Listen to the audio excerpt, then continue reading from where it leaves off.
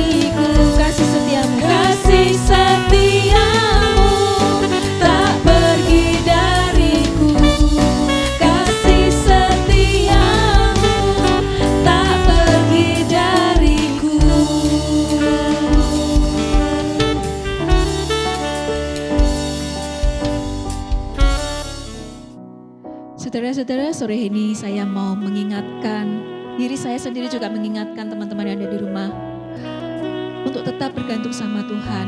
Sekuat-kuatnya kita, sehebat-hebatnya kita masih butuh Tuhan. Karena Dialah pegangan hidup kita. Tanpa Dia, tanpa anugerahnya, tanpa berkat-berkatnya, mungkin hidup kita tidak akan menuju ke panggilan kita. Mari kita nyanyikan lagu ini, pujian ini untuk mengingatkan kita betapa pentingnya Tuhan buat hidup kita.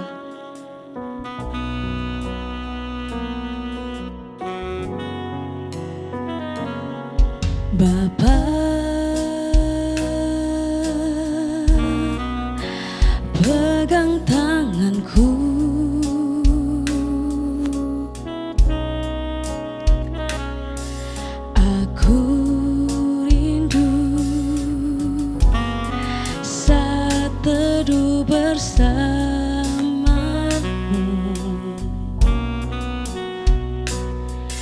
dan Kau aku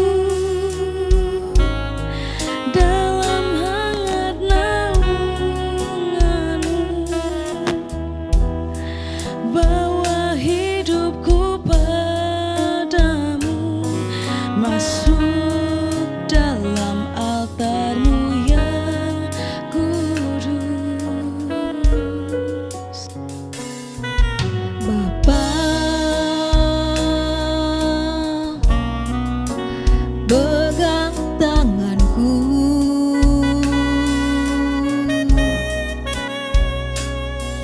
aku rindu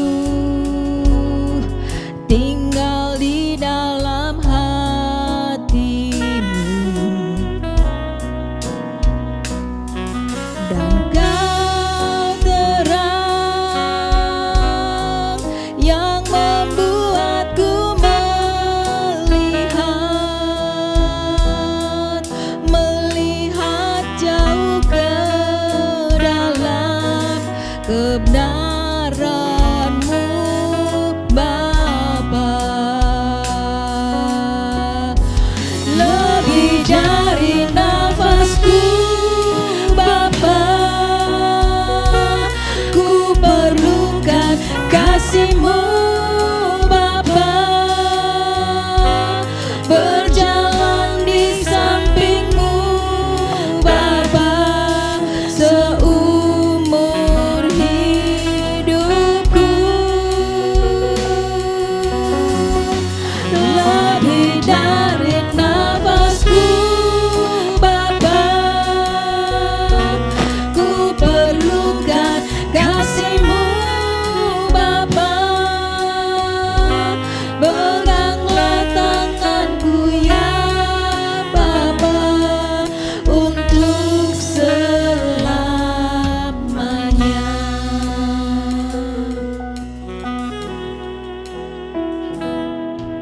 Bapa, pegang tanganku,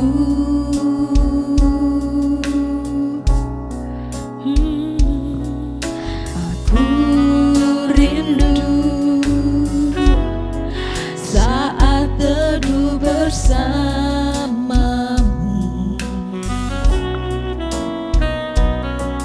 dan Kau agung dalam hangat naungan-Mu,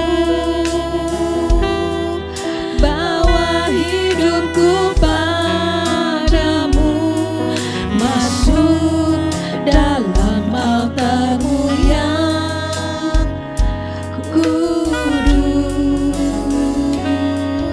Bapa. Pegang tanganku,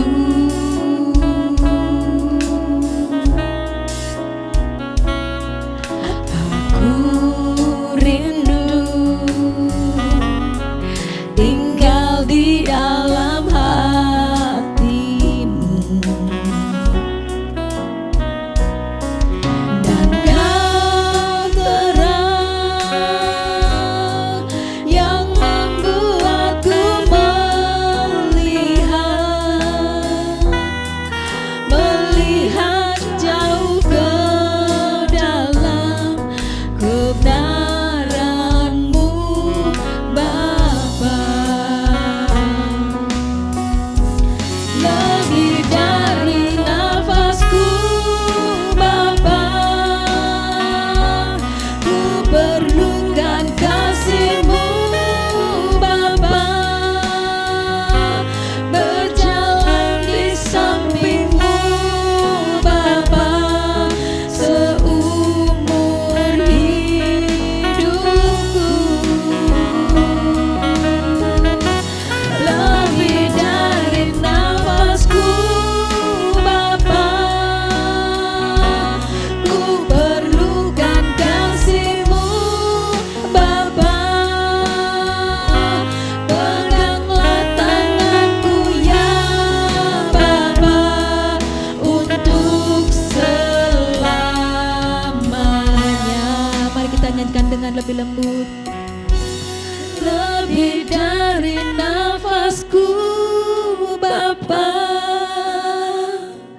Ku perlukan kasih-Mu Bapa, berjalan di samping-Mu Bapa, seumur hidupku. Lebih dari nafasku Bapa, ku perlukan kasih-Mu Bapa. Peganglah tanganku ya Bapa, untuk selamanya. Peganglah tanganku, peganglah tanganku ya Bapa, untuk selamanya. Mari kita sembah Tuhan. Oh, Kaulah segalanya Bapa, Kau lebih dari nafasku Tuhan, Kau adalah nafas hidupku Tuhan. Oh, Kau segalanya. Kami butuh hikmat-Mu Tuhan, kami butuh anugerah-Mu Tuhan, kami butuh keselamatan, kami agungkan nama-Mu. Hanya Kau layak disembah. Hanya Kau Tuhan yang layak disembah.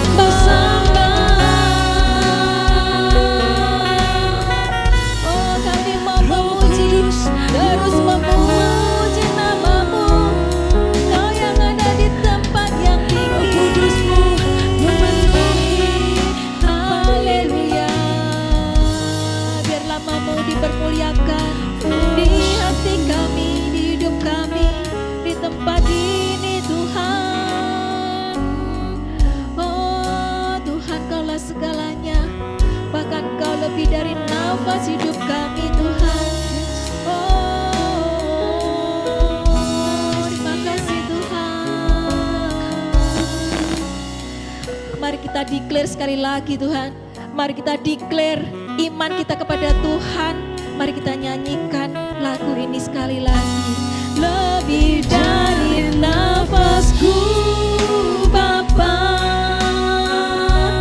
ku perlukan kasih-Mu Bapa, berjalan di samping-Mu Bapa, seumur hidupku. Lebih dari nafasku, lebih dari nafasku Bapa, ku perlukan kasih-Mu Bapa, peganglah tanganku ya Bapa, untuk selamanya. Pegang tanganku Tuhan, peganglah tanganku ya Bapa, untuk selamanya. Pegang erat tanganku Tuhan, peganglah tanganku ya Bapa, untuk selamanya.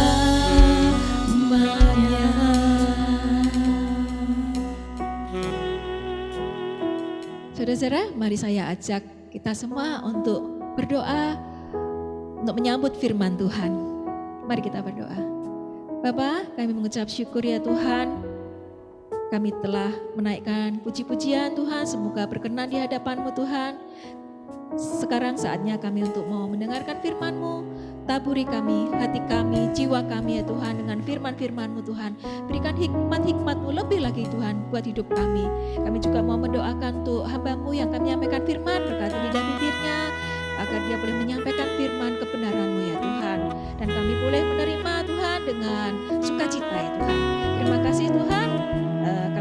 siapkan diri kami untuk menyambut firman-Mu. Dalam nama Yesus kami berdoa mengucap syukur. Haleluya. Amin.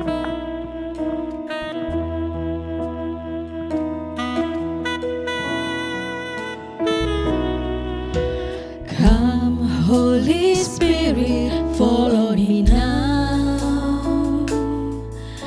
I need your anointing, come in your power. I love you, Holy Spirit, you're captivating my soul. And every day I grow to love you more. Come, Holy Spirit, fall on me now. I need your anointing, come in your power. I love you, Holy Spirit, you're captivating my soul. And every day I grow to love you more. I'm reaching for your heart, you hold my life in your hands, drawing me closer to you. I feel your power in you, nothing compares to this place where I can see you face to face. I worship you in spirit and in truth. I'm reaching for your heart, you hold my life in your hands, drawing me closer to you.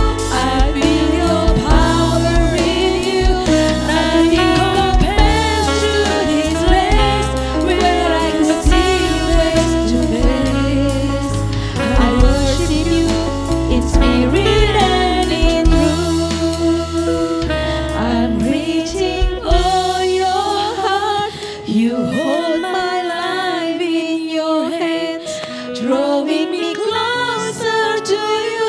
I feel your power in you, nothing compares to this place where I can see you face to face. I worship you in spirit and in truth.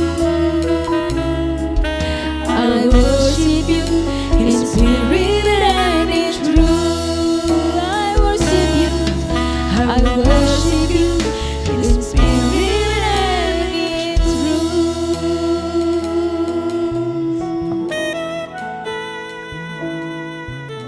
Selamat sore saudara-saudara yang saya kasihi. Apa kabarnya hari ini? Saya bersyukur ya. Kita masih sama-sama bisa mendengarkan firman Tuhan, sama-sama bertumbuh di dalam firman Tuhan. Untuk itu mari kita sama-sama yuk berdoa sebelum kita mulai kebaktian atau mulai mendengarkan firman Tuhan hari ini.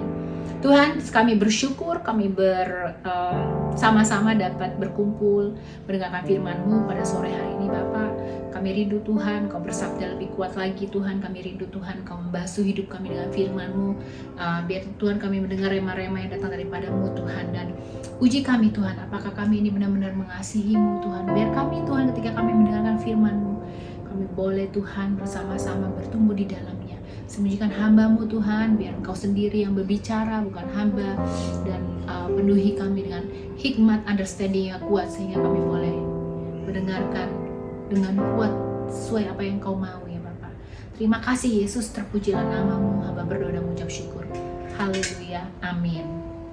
Saudara, hari ini saya diberikan kesempatan dan saya mau berbicara mengenai pertumbuhan rohani saudara. Jadi bulan ini tema bulanan kita bahwa kita ini harus aware dengan pertumbuhan rohani kita. Banyak orang berpikir bahwa dia cukup rohani di dalam kehidupannya dengan pergi ke gereja seminggu sekali, ya kan? Dengan membaca Alkitab sedikit, dengan membaca renungan sedikit, ya kan? Tapi tidak pernah cek sejauh mana dia bertumbuh secara kerohanian. Pertumbuhan setiap orang itu berbeda-beda, saudara, ya kan? Kalau kita baca kembali di dalam setiap perumpamaan, ada yang dikatakan bahwa seperti kita baca di Yohanes 15, itu dikatakan bahwa Akulah pokok anggur yang benar dan Bapakulah pengusahanya.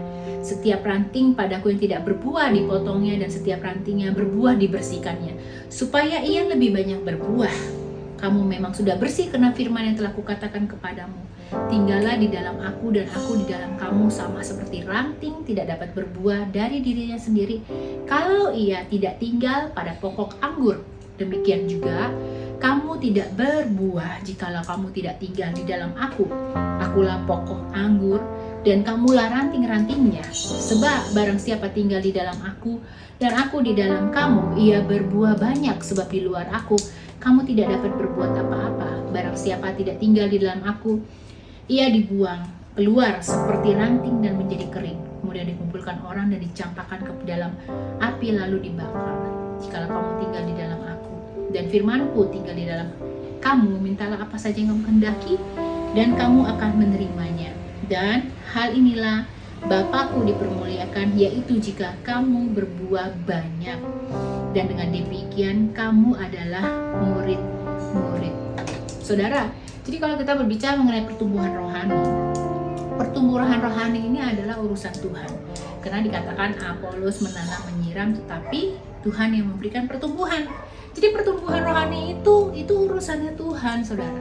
Urusan kita sudah melakukan apa yang Bapak perintahkan. Seperti apa? Seperti tinggal di dalamnya, ya kan? Kemudian mengikuti proses yang seperti Yohanes 15 ayat 2 berkata, diproses sama Tuhan, ya kan? Kemudian tinggal di dalam Tuhan. Kita udah dengerin firman Tuhan dan melakukan apa yang Tuhan mau. That's it, seperti itu. Pertumbuhan rohani itu akan dengan sendirinya, karena Tuhan yang akan memberikan pertumbuhan rohani. Dengan demikian, jikalau kita berbuah banyak, maka kita adalah murid-murid Tuhan. Nah, jikalau kita nggak berbuah, apakah bisa dikatakan kita sebagai murid-murid Tuhan? That's a question mark yang bisa kita jawab masing-masing. Jadi pertumbuhan rohani setiap orang itu penting, karena pertumbuhan rohani itu merupakan tanda-tanda bahwa kita sebagai pribadi-pribadi ini benar-benar menghidupi firman, saudara. Tanda-tanda bahwa kita ini yang pribadi ini yang suka ngeyel-ngeyel ini benar-benar terserap dan benar-benar menyerap firman Tuhan sehingga kita bertumbuh. Kalau kita nggak menyerap firman Tuhan, kapan tumbuhnya? Gimana cara tumbuhnya? Apakah kita akan seperti dikatakan benih-benih yang tertabur di atas bebatuan yang mungkin sehari 2 hari bisa survive, tapi setelah itu mati, ya kan? Bagaimana kalau kita seorang pribadi yang dikatakan mengenal Kristus tapi kita nggak menyerap firman Tuhan, nggak hidup di dalamnya, nggak abide in Him? Dikatakan Bapakku pengusahanya, ya kan? Kita harus benar-benar tinggal di dalam Tuhan. Disitulah ada pertumbuhan rohani terjadi. Pertumbuhan rohani juga mengatakan bahwa tanda kematangan. Pertumbuhan rohani yang bagus itu merupakan kematangan, tanda bahwa kita ini sudah matang secara rohani. Gak gampang loh untuk menjadi matang secara rohani. Kematangan, maturity ini berkata mengenai rela memberikan diri kita untuk menjadi pribadi-pribadi yang gak self-centered. Disinilah bahwa kita bisa dilihat apakah kita growing, apakah kita bertumbuh secara rohani. Kalau kita masih self-centered, itu artinya kita nggak tumbuh di dalam kerohanian kita. Nah, hari ini saya mau membahas soal pertumbuhan. Dikatakan di pasal 15 ayat 2, setiap ranting padaku yang tidak berbuah dipotongnya, dan setiap ranting yang berbuah dibersihkannya, supaya ia lebih banyak berbuah. Di dalam setiap pertumbuhan rohani, saudara, nah ini ada yang namanya proses pembersihan dan pemotongan. Wah, serem ya, serem banget. Nah, kalau kita perhatiin setiap yang namanya proses pemotongan, proses pembersihan, ini tuh terjadinya bertahap. dari waktu ke waktu sampai menghasilkan buah yang bagus. Maka seorang petani buah akan terus melakukan pembersihan. Dikatakan, Bapakkulah pengusahanya. Jadi Bapak kita nih akan terus melakukan pembersihan atas hidup kita, melakukan pemotongan. Wah, serem dong, Kak, aku dipotong gitu. That's how we grow.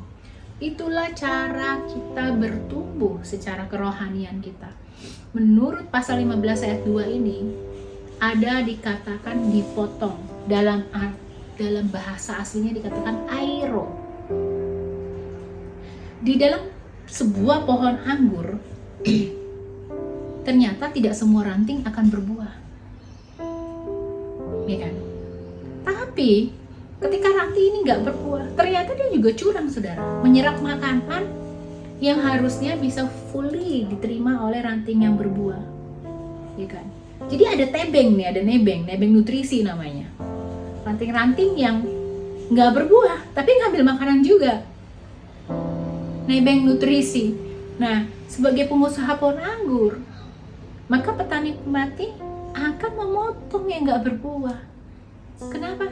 Karena yang berbuah ini biar berbuahnya maksimal, biar berbuahnya manis, biar bertumbuhnya maksimal sampai to the max.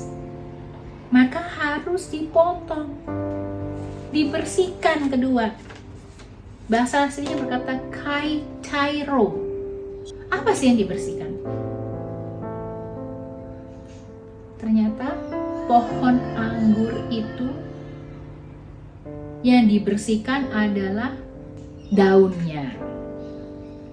Para petani memangkas daun anggur biar cadangan makanan itu langsung tersalur kepada buahnya. Kenapa? Biar nggak ada proses penguapan. Karena anggur yang baik ternyata, saudara, tumbuh di tempat yang tidak terlalu berlimpah air. Jika terlalu banyak air, maka yang dihasilkan walaupun lebat tapi tidak manis.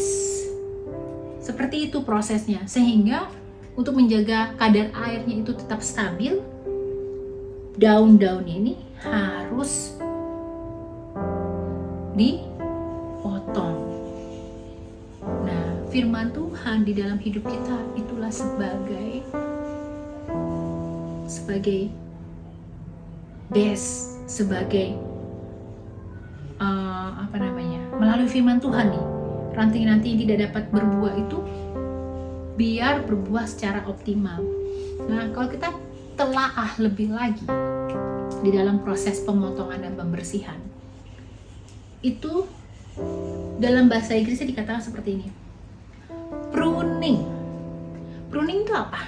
Pruning itu remove all the branches, meremove semua ranting-ranting yang tidak baik di dalam sebuah pohon, sehingga pohon itu bisa improve kesehatannya, strukturnya bisa improve, dan mengeluarkan ranting-ranting yang baru, dan membuat pohon-pohon itu atau pohon anggur itu mempunyai pertumbuhan yang baik, ya kan? Nah, proses pemotongan dan pembersihan ini juga merupakan sebuah proses yang berguna buat pohon tersebut. Bergunanya ini long term ternyata, saudara. Investment, dikatakan sebagai sebuah investment. Dan ternyata dengan adanya pemotongan dan pembersihan, ini look after nih all the property, semua bangunan-bangunan di kanan kirinya, biar nggak merusak bangunan yang ada. Sama, saudara, kita juga dibersihkan sama Tuhan, biar kita nggak merusak sekitar kita. Kita dibersihkan sama Tuhan, biar kita menjadi berkat buat orang sekitar kita, bukan jadi pengganggu. Pohon-pohon itu kalau nggak dibersihkan malah jadi pengganggu, saudara.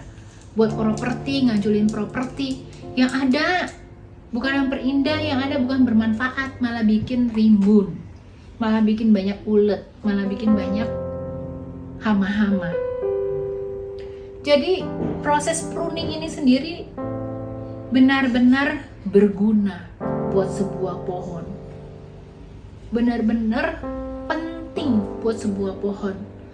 Sama seperti proses pertumbuhan rohani kita. Kadang banyak orang gak mau masuk dalam proses pemotongan dan pembersihan. Kenapa? Karena gak enak. Kedagingan itu diobrak-abrik, ya kan? Keinginan kita itu diobrak-abrik. Keegoisan kita diobrak-abrik. Kesombongan kita dihancurkan. Ketika Tuhan sedang memotong, membersihkan apa semua yang menurut kita baik, tapi menurut Tuhan itu enggak. Dikit-dikit sombong, ya kan? Dikit-dikit marah. Itu sudah jadi habit kita, saudara. Apalagi kalau benar-benar kepedeannya terlalu tinggi. Dikasih tahu sedikit, marah, ya kan? Dikasih tahu sedikit, cemberut. Nah, tapi ketika Tuhan datang proses hidup kita, kalau kita obey aja sama Tuhan, kita menundukkan diri, Tuhan, aku benar nih, mau diproses Tuhan. Aku mau dibersihkan Tuhan, biar pertumbuhan rohaniku gak terganggu Tuhan. Berani gak saudara berkata seperti itu? Itu baik loh buat pertumbuhan rohani kita. Karena kita udah belajar benefitnya tadi. Itu baik biar kita semakin sehat.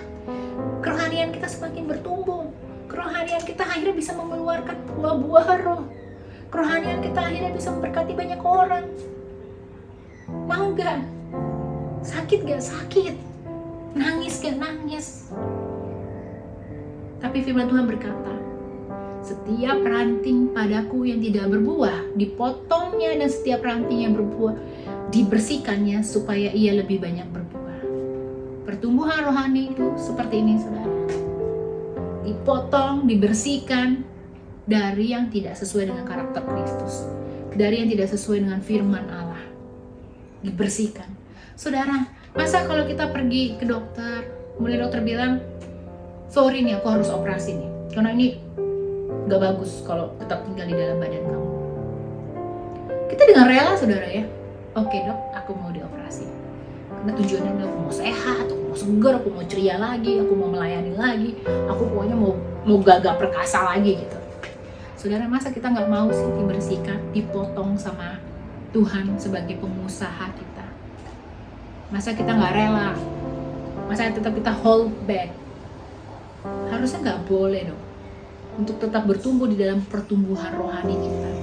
Berikan diri kita untuk tetap kita mau diproses, dipotong, dibersihkan. Kenapa? Sifatnya long term. Pertumbuhan rohani kita sifatnya akan long term. Apa sih jalan yang terbaik untuk mengetahui kalau kita ini sedang dibersihkan, sedang dipotong, dikikis, disayat-sayat kulit-kulit batang pohonnya? Apa nih?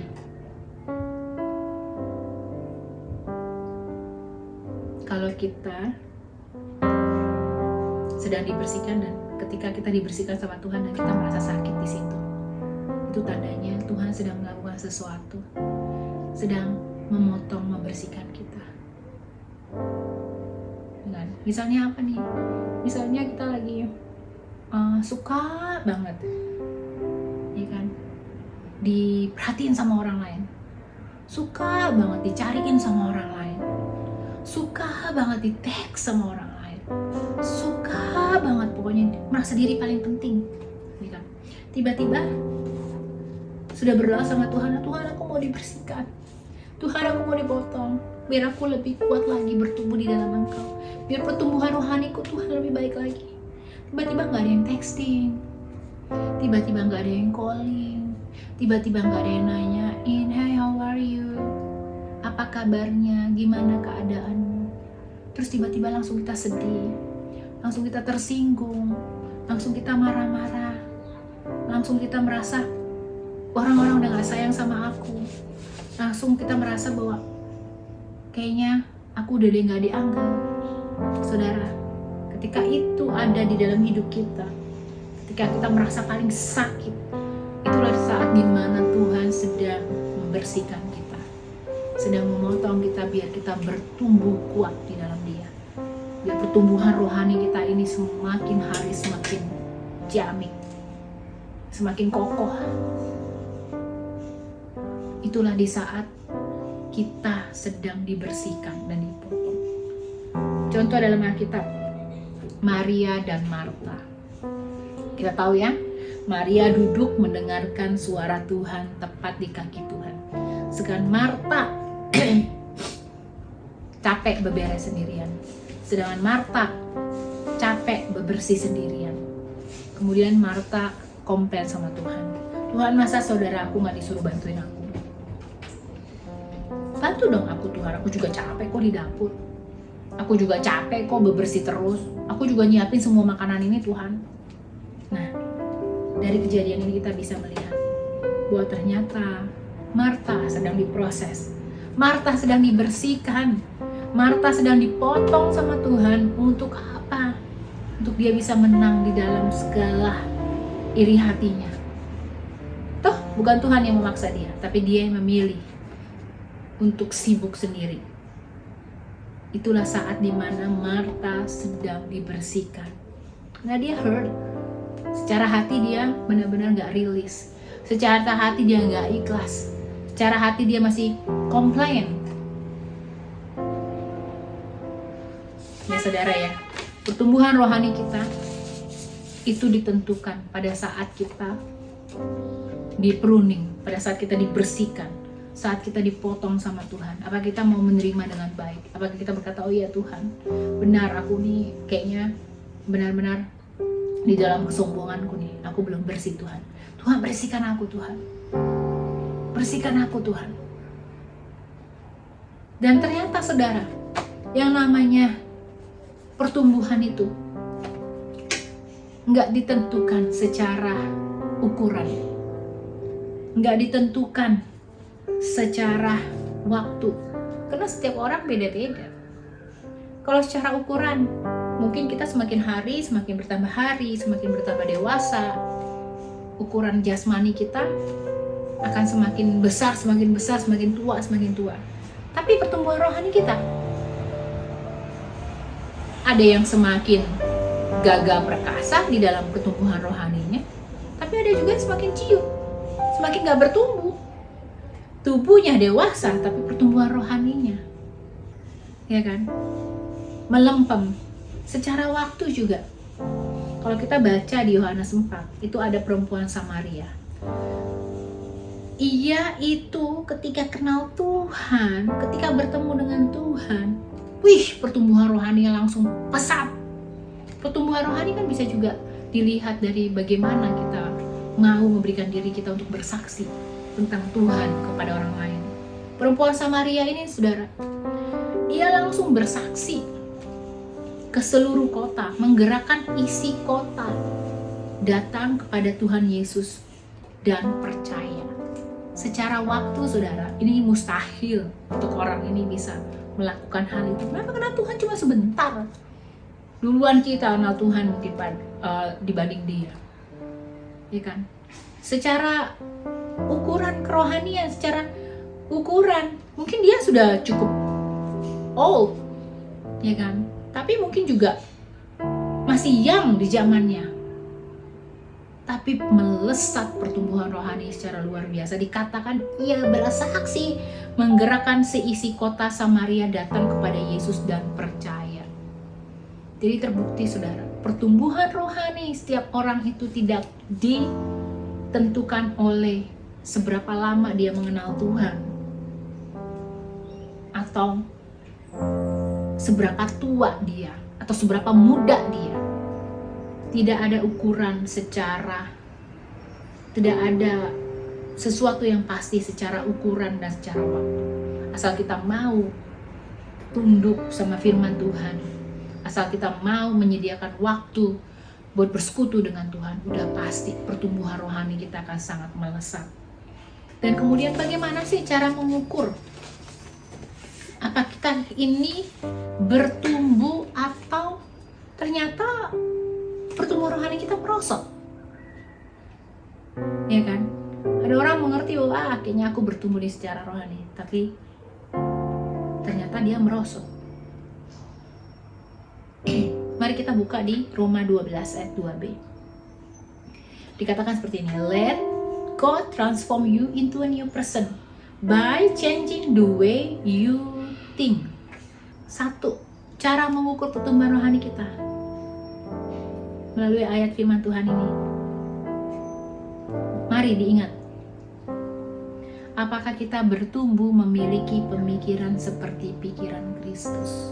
Apakah Roh Kudus ketika Ia berbicara, ketika Ia mengingatkan kita memberikan diri kembali untuk benar-benar Tuhan, I will follow your guidance. Saya akan benar-benar berubah seperti apa yang Tuhan mau, seperti apa yang Tuhan thinking. Banyak orang tahu Roh Kudus, baca firman, tapi the way they think still sama seperti ketika dia belum mengenal Tuhan. Ini yang bahaya. Roma 12:2b berkatakan, biarkan Tuhan itu transform, mengubah kita menjadi pribadi yang baru dengan melalui jalan mengubah cara kita berpikir. Jadi bagaimana cara mengukur pertumbuhan rohani kita? Ini loh, pikiran kita ini loh.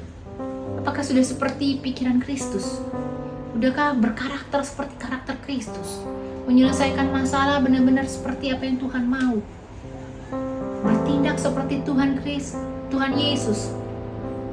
Atau kita masih memakai the way we think? Bagaimana kita melakukan segala sesuatunya dengan cara kita sendiri?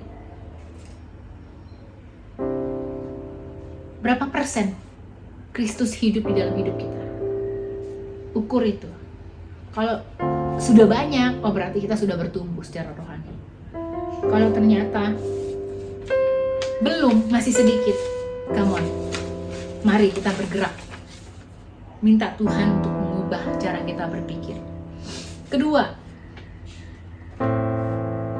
coba bandingkan dengan orang lain yang sungguh-sungguh indah di hadapan Tuhan.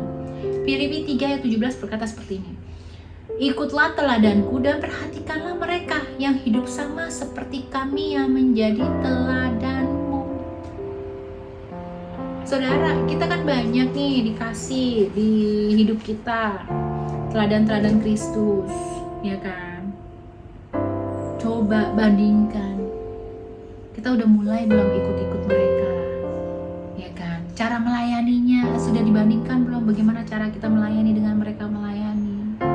Giving the best apa belum? Excellent apa belum? Kenapa Pak mereka dibawa ke kehidupan kita dengan purpose? Agar kita bisa melayani mereka hidup. Karena mereka hidup di hadapan Tuhan dengan indah, dengan baik. Cara mengukurnya itu. Apa pertumbuhan rohani kita sudah maju, melesat atau enggak? Ukur dengan kehidupan orang-orang yang benar-benar mempunyai kehidupan rohani yang indah di hadapan Tuhan. Seperti yang Paulus katakan. Sudah ukur belum dengan leadermu? Udah mirip belum sama leadermu? Udah mulai bertumbuh belum? Sama seperti leadermu bertumbuh. Ketiga, bandingkan hidup kita dahulu dan sekarang. Jangan-jangan dari dulu sampai sekarang gak berubah. Keras kepala iya, gak pernah berdoa iya, gak pernah baca firman iya. Bandingkan, sehari lalu aku udah baca belum ya firman? Oh belum, hari ini udah baca firman belum? Oh udah, berarti baik tuh saudara. Udah mulai bertumbuh walaupun sedikit. It's okay, tetap kerjakan. Baca firman, ngerti nggak ngerti baca. Sama seperti kita makan nasi. Enak nggak enak masakan hari ini dimakan. Sama seperti firman Tuhan. Ngerti nggak ngerti baca. Dan itu baik buat hidupmu dan buat hidupku. Itu baik untuk mengubah cara the way we think. Dan firman Tuhan itulah yang mengubahkan hidup kita, yang memerdekakan kita. Amin. Keempat, udah punya tanda-tanda belum berjalan di dalam roh? Punya sukacita enggak? Penuh iman enggak? Penuh kasih enggak? Penuh pengharapan enggak? Itu tanda-tanda pertumbuhan rohani. Sudah berjalan belum di dalam roh? Dan kelima, waktu ada kesulitan, waktu ada problem, responnya seperti apa? Ayo, responnya tiba-tiba langsung cari Mbak Dukun. Sakit, langsung dikit-dikit carinya orang pintar. Zaman dulu ya saudara, saya ini besarnya di Bangka, gitu ya kan.